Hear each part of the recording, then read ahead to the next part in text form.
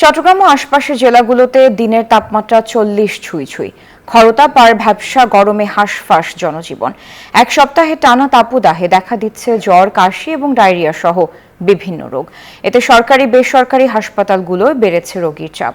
সবচেয়ে বেশি বেড়েছে ডায়রিয়া ও জ্বর, কাশি, সর্দিজনিত রোগী।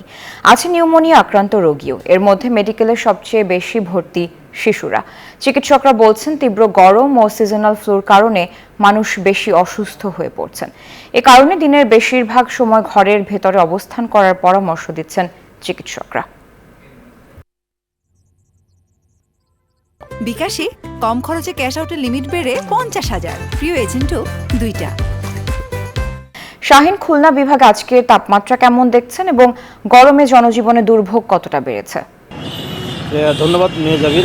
আপনি যেমন খবরে বলছিলেন যে সারা দেশেই কিন্তু তাপমাত্রার তীব্রতা বাড়ছে এবং গত 2 দিন ধরে 39 ডিগ্রি সেলসিয়াস তাপমাত্রা খুলনায় বিরাজ করছে এবং এর আগে অর্থাৎ আরও 2 দিন আগে এখানে তাপমাত্রা 1 ডিগ্রি বেশি ছিল, কিন্তু আজকে গত 2 দিন একই তাপমাত্রা রয়েছে বলে আমরা আবহাওয়া অধিদপ্তর থেকে জানতে পেরেছি। এই গরমের তীব্রতার কারণে এখানে বিশেষ করে শিশুরা আক্রান্ত হচ্ছে বেশি। আমি 2টি হাসপাতালে খোঁজ নিয়েছি। সেটি হল খুলনা শিশু হাসপাতালে, যেখানে প্রতিদিন গত 2 দিনে প্রায় 300 থেকে 400 শিশু সেখানে ভর্তি হওয়ার জন্য আসছে।